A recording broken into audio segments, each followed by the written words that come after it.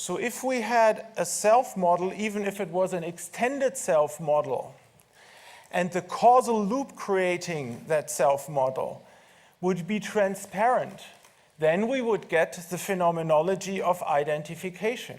As soon as the medium, the extended loop, gets so robust and fast that the user cannot introspect the construction process anymore, the phenomenology of identification will result. The phenomenology of I am this here and now.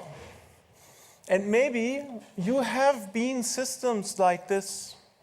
Maybe you now have a deeper understanding what I mean when I say the self is not a thing, but a process.